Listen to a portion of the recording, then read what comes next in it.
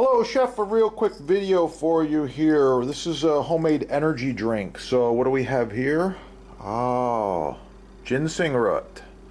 So you just take a little bit of ginseng root like this, put it in your cup or your glass. Doesn't take much.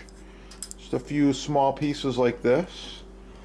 And to this you add your other ingredients. I'm putting a few tablespoons of mango puree. Okay, right in there like this.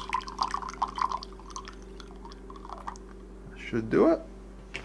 I'm putting a touch of apple juice.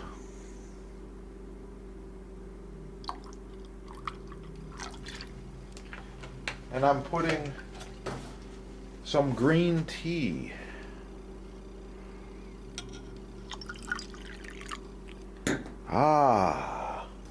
There we have it. Energy drink. It's going to taste really good.